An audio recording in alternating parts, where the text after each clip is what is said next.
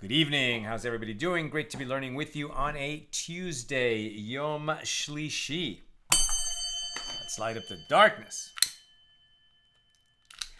I was continuing the recording from yesterday's Hallel at our shul, led by our Rav, Yekusiel Kalmanson, who also sings so beautifully.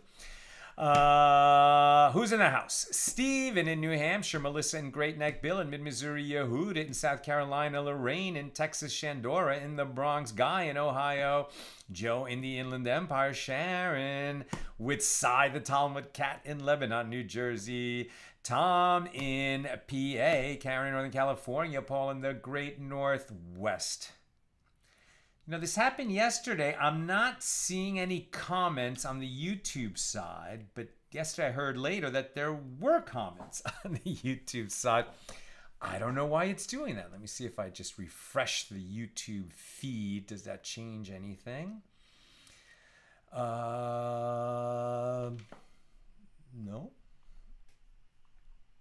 Well, maybe somebody's leaving a message. I don't know what's going on with YouTube.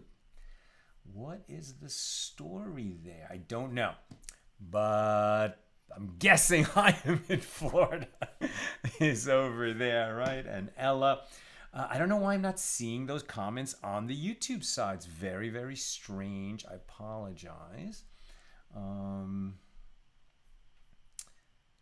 not sure what's up. I just don't know what's up. I don't know. Okay, so hopefully... I don't know. I'll try reloading that browser tomorrow. Okay, so let's do it. Another very short daf. It seems to be this section of Tractate Bava Basra. Our daf today is page 47 here in Bava Basra, the 23rd volume of the Talmud. We're working our way through chapter 3, continuing our discussion of Mishnah number 4. Who can and who cannot establish a presumption of ownership by continued possession of a property. Right near the top of 47a. Yeah, there's just no comments showing up on the YouTube side, and I'm sure you guys have commented. I wonder what is up with that. Just out of curiosity. Give me 1 second. AT Daily, YouTube. Does that change anything?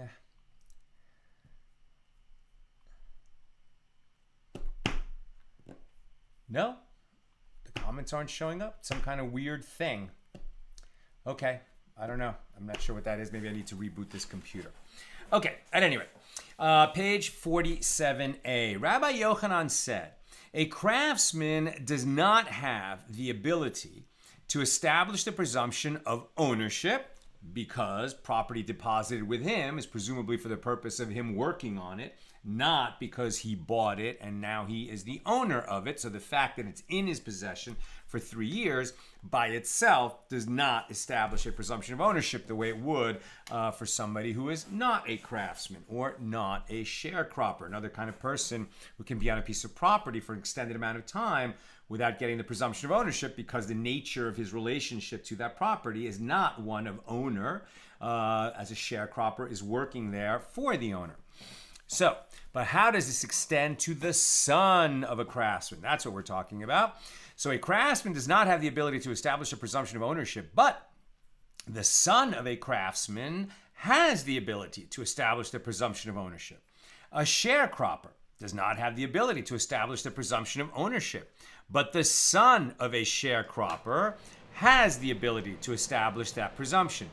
Both a robber and the son of a robber do not have the ability to establish the presumption of ownership, but the son of a robber has the ability to establish the presumption of ownership. The robber's grandson can establish such a presumption by being in possession of a piece of property for an extended amount of time, but not the son of a robber. Let's learn some more. The Gemara asks, what are the circumstances under which this distinction between the sons of the craftsman and the sons of a sharecropper have a different outcome from the son of a robber? So if they come to court with the claim that the item in question belonged to their fathers, well then even these sons of the craftsman and the son of the sharecropper should not be able to establish the presumption of ownership, since their claims are based on the ownership of their fathers, and their fathers, as a craftsman or a sharecropper, don't have the presumption. They cannot establish a presumption of ownership. So if your ownership is based on the fact that your father owned this property, but your father can't have a presumption of ownership because he was a sharecropper or a craftsman, then since it's an extension of their ownership, the son of the sharecropper or the son of the craftsman should not be able to establish that presumption either. And if the case is that they did not come to court with a claim that the item in question belonged to them because it belonged to their fathers, then and therefore because they own it in their own right, they purchased it, whatever, they acquired the item through their own purchase, is what they're saying. They don't have the document. That's what all these cases about presumption of ownership are, because they don't have the deed. For whatever reason the deed was lost. That's why we allow them to have the presumption of ownership, because they were there for more than 3 years. So if their ownership of the land is not based on the fact that they inherited from their father, but rather that they themselves purchased it, well then even the son of a robber should be able to establish the presumption of ownership, which tells you that, at least according to this argument, we don't besmirch the reputation of the son of a criminal, right? The criminal is a criminal. He should be punished for his crimes, but we don't assume that the offspring of a criminal has criminal tendencies. Do we? Do we assume that? Let's keep reading. The Gemara answers, it is necessary to state this distinction between the sons of sharecropper or craftsman on the one hand versus son of a robber on the other. It is necessary to state this distinction in a case where the witnesses say, so there are witnesses, and the witnesses come to say, the prior owner admitted to their father in our presence that the property belonged to the father and was not stolen. Right? So these witnesses come and say, this young man, we saw that the prior owner before their father said to their father in our presence, this land is yours. Right? So the witnesses saw that the prior owner of the land admitted to the father, this land is yours. So then, even though the father was a sharecropper or the father was a craftsman, we can go based on the testimony of the witnesses that it was legally theirs, and therefore the presumption will also extend to the son. Why are we saying it's different for the robber? So with regard to these, the son of the craftsman or the son of the sharecropper who brings witnesses who says the prior owner admitted in our presence that the land belongs to the father, with regard to these, it can be said that the sons are telling the truth, as their claim is substantiated by the testimony of the admission, right? Witnesses who heard the prior owner say this land now belongs to that sharecropper or that craftsman. But with regard to that one, meaning the son of the robber, even though the prior owner admitted in the presence of witnesses to the father, that the land belongs to the father, the son is still not deemed credible in accordance with the statement of Rav Kahana. As Rav Kahana said, if the prior owner would not have admitted this to the robber would have brought him and his donkey to the taskmaster. Colorful way of saying that the robber would have caused the prior owner great difficulties. Why? Because the robber is assumed to be a ruffian. A robber is a crook. And not only like a crook like a thief, who is stealthy but wants to avoid violence, a robber takes from a person in front of them and says, I'm taking it. What are you going to do about it? Right? This is a ruffian. And as the robber is assumed to be a ruffian, it is likely that the prior owner admitted this because he was intimidated and not because the statement was true. So there is no evidence to support the claim of the robber's son. Rava says there are times when even the son of the robber does not have the ability to establish the presumption of ownership. And what are the circumstances under which this is so? This is so, for example, in a case where he comes to court with the claim that the item in question belonged to his father's father. It belonged to his grandfather. Who was his grandfather? The robber.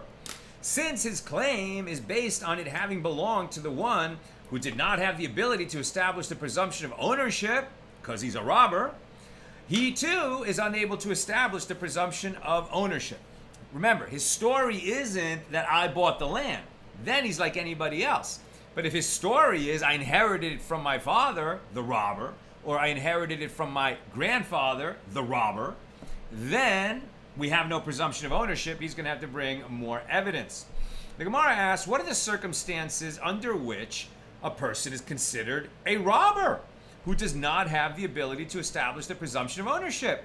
And Rabbi Yochanan says, in a case such as where it is established that he is in possession of this field through robbery. And Rav Chisda says, not only in a case where there is knowledge about a particular field, but even in such a case as one where he is a member of the household of so-and-so, a certain known criminal family at the time who kill people over monetary matters. Since people would be afraid to lodge a protest against the whole family, because they're all a bunch of ruffians, members of this family cannot establish the presumption of ownership with regard to any land.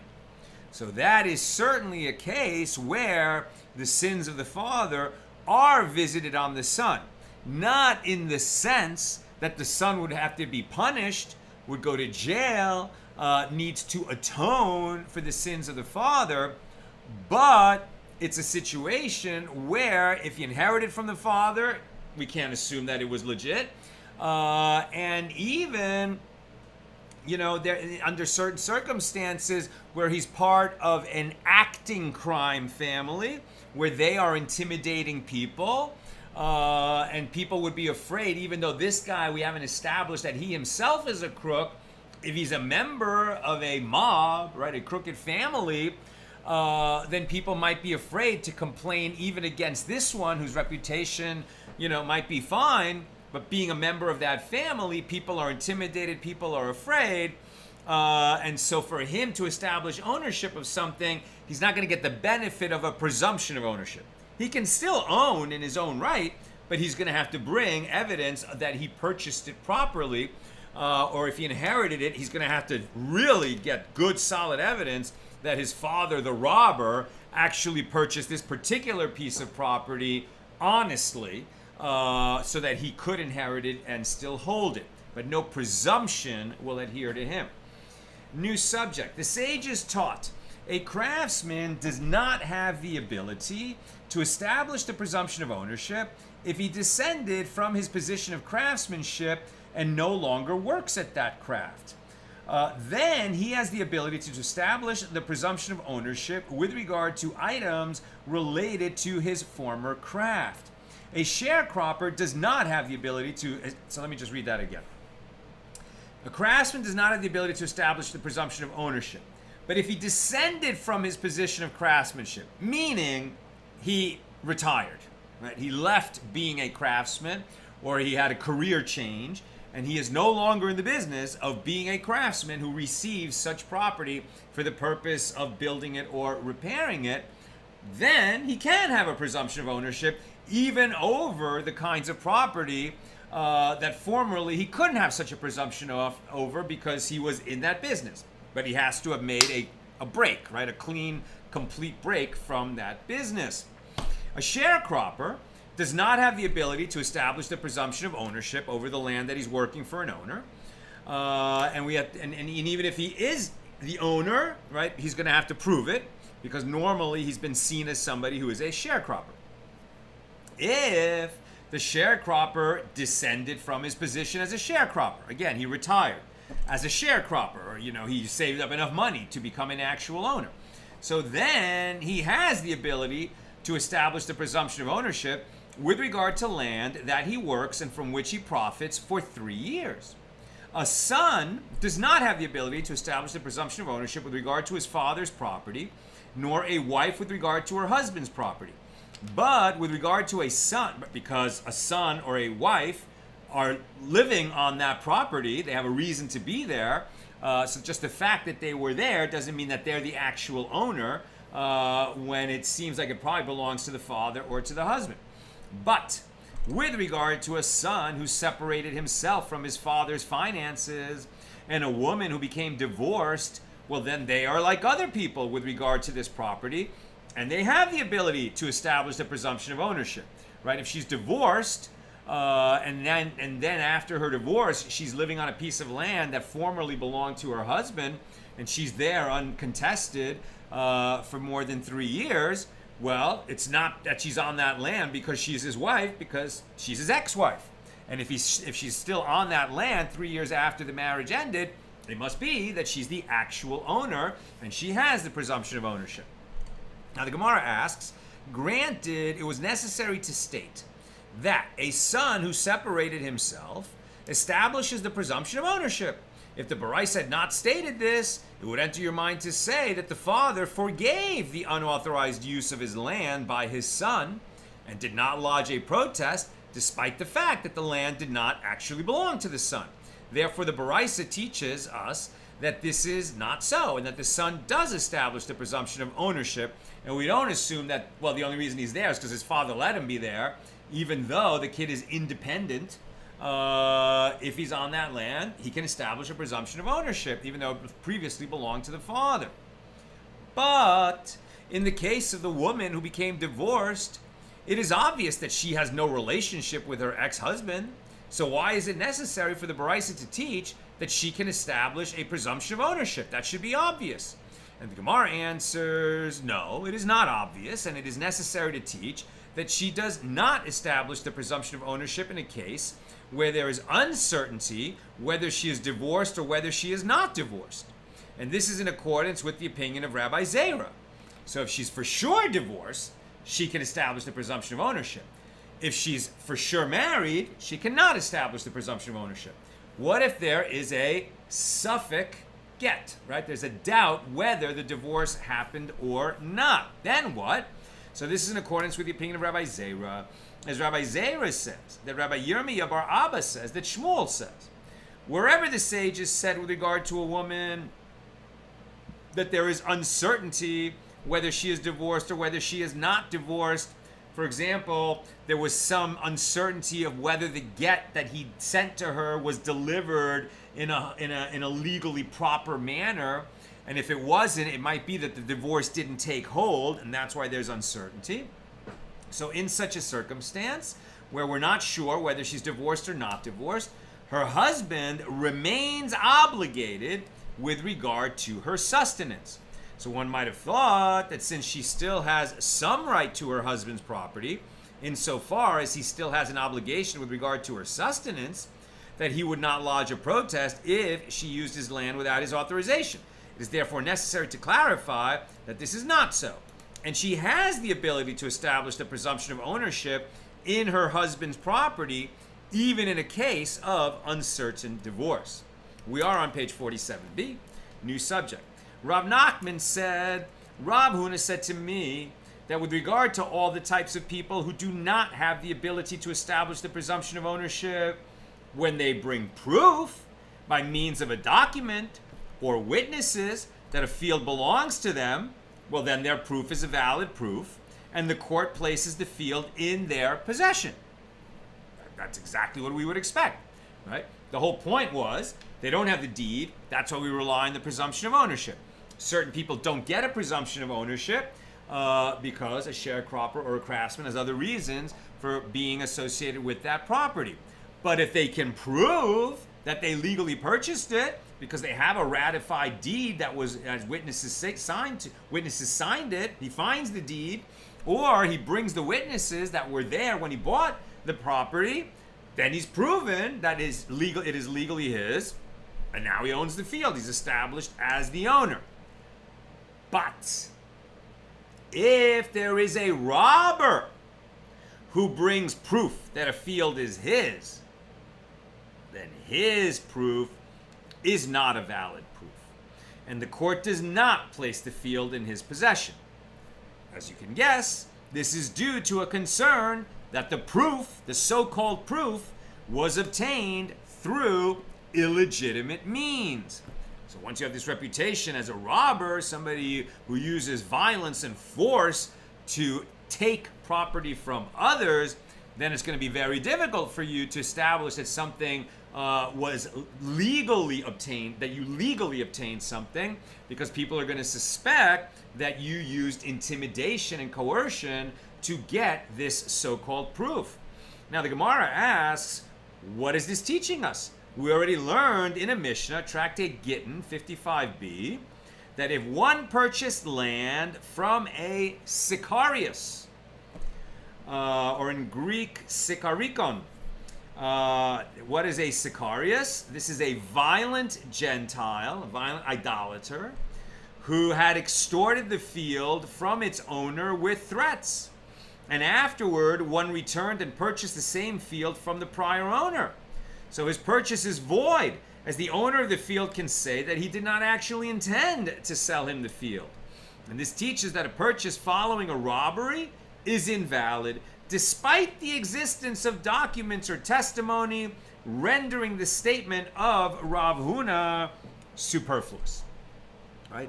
So we're always going to be suspicious if in the chain of title there was a robber, and all the more so a sicarius, right? So plural sicarii. Who were the sicarii? This is from the Latin sicarii, meaning assassins or murderers. So these people used daggers. That's why their name is sicarii, because in Latin a dagger is a sica. And they used daggers to execute their aggressive activities. It should be noted that there's a difference between the sicarii in the Talmud and the faction of the sicarikim, an extremist faction in existence during the period of the Great Revolt, who were given this pejorative name by their detractors. In other words, there were zealots involved in the war against Rome who came to be known as a similar word, like sicarii, but a Hebrew version of that. But at that point, they were given that name pejoratively as a kind of nickname because they were a little bit shady and a little overzealous and brought problems to the Jewish people by rebelling in an impossible revolt against Rome that ended up becoming a genocide of the Jews, where nearly 1 million Jews were killed by Rome. But even earlier than that, the Jews had trouble with the Romans, and these are Roman sicarii. And who were they? The sicarii included different types of people, among them soldiers discharged from the Roman army, other Gentiles who acted as the occupying force, and, sadly, various Jewish collaborators, right? Capos, who assisted oppressors of the Jews for their own benefit. Awful. And how did they do this? Through threats and extortion, these people bought properties or received them as gifts. The properties were acquired by ostensibly legal means, such as deeds of sale and the like, right? It's like, Either your signature or your brains are going to be on that deed. I suggest you sign, right? That kind of a deal. Extortion to create a allegedly legal purchase, but of course the seller never wanted to sell, and that's why we don't recognize that sale as a valid sale. Most of the sicarii were not interested in maintaining these properties, but rather sought to profit from them. For this reason, after they seized the properties, they would sell them to the locals, both Jews and Gentiles. Since the sicarii secured these properties for almost nothing and had no interest in maintaining them, they would sell them at rates far below their market value. So after the sicarii left town, now somebody says, well, hey, I bought this land, I paid money. Okay, I got it cheap, but I paid. I didn't rip anyone off. Yeah, but the only reason it was available for you to purchase is because the sicarii extorted it from the original owner, and we want to restore the land to the original owner. And even if this guy comes and says, well, I have witnesses that maybe the sicarii seized it from its prior owner, but then the prior owner actually signed it over to me so that I would have a clean title. And we would still say, yeah, well, that was all done in the context of the sicarii trying to get a benefit. So even though that guy signed off on it, he didn't really want to sign off it. That was part of the coercion to sign it over to the sicarii or to sign it over to the next purchaser in the line. But the original owner never wanted to sell, and so it was not a legitimate transaction.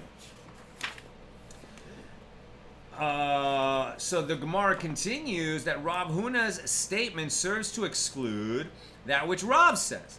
As Rav says, they taught that the purchase of a field from the prior owner after one purchased it from a sicarii or sicarius is void only when the prior owner said to the buyer at the time of the sale, go take possession and thereby acquire the field.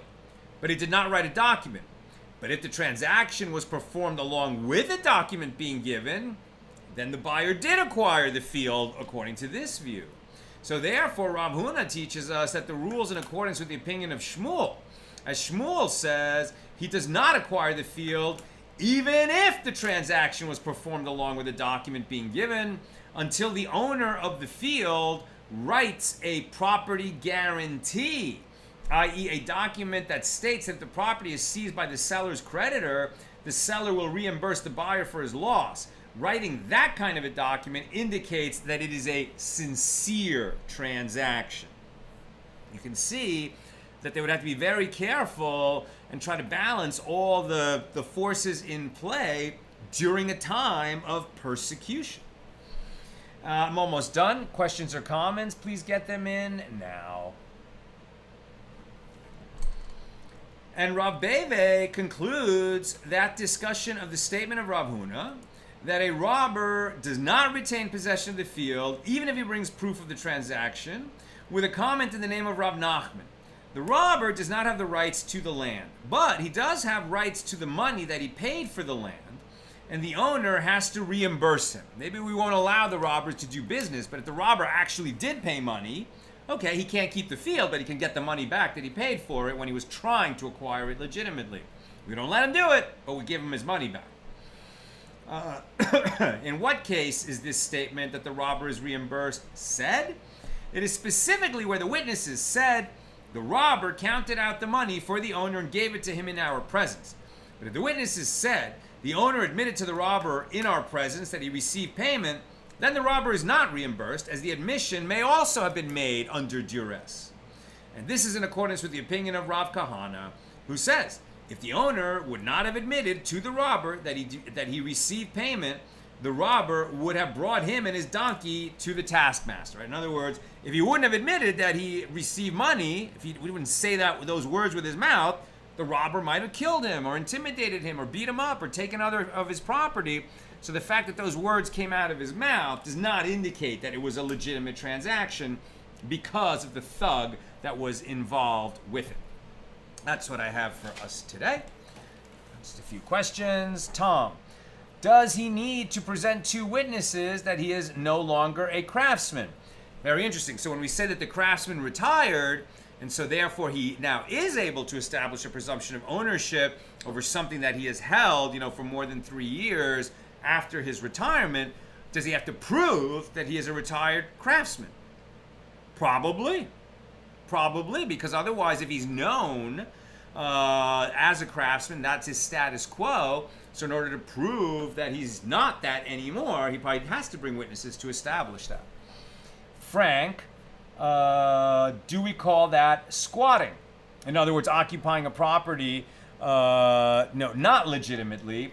Yes, exactly. And that's why we said a few days ago that it's not enough for somebody who's occupied a property for 3 years to say, well, I've been on it for 3 years and nobody challenged me. That will not create a presumption of ownership. He has to come with a legitimate story like, I purchased it from the prior owner, or I purchased it from so-and-so who purchased it from the prior owner. He has to have a story of how he acquired it legitimately, coupled with 3 years of use and or residence there. Then he gets the presumption. Sharon, was there actually any teeth to these rulings by the rabbis? I mean, yes, certainly, right? If you're talking about a Jewish community, within the Roman or Persian Empire, but if the Jews are really, a kind of business community unto themselves, right, and a social community, certainly the rabbis had the power of excommunication, and that is an important power. Now, if a Jew doesn't care whether he's excommunicated or not, there's not that much they can do to him, but they won't have to deal with him again because nobody else is going to want to do business with that guy. Now, if we're talking about in Bava, right, where there was the exilarch, who had kind of, in most generations, quite good relations with the Persian king, then they had added authority, right? They did have authority, kind of a pseudo police power that was extended to them by the Persian authorities. And of course, if we're talking about biblical times, when the kings of Israel, at least when there were righteous kings of Israel that were listening to the sages of the Sanhedrin, which is to say the rabbis, then they also had teeth. So it definitely depends, different times in history, and what kind of teeth their rulings had. But certainly at all times, for pious people, yeah, they have teeth. And finally, Tom, is the wisdom candle dripping wax onto the book? Yeah, a little bit. But, it comes off. It comes off. It is our Carl Sandburg Lincoln. It's just called Abraham Lincoln, The Prairie Years and the War Years, the 6-volume Carl Sandburg. Really, for our money, up there with the best biographies of Abraham Lincoln. But it's not being damaged. I would never damage our Sandburg Lincoln just with a little bit of wax. That's what I've got for us today, and with God's help, we'll be together again tomorrow, Wednesday at the regular time, 6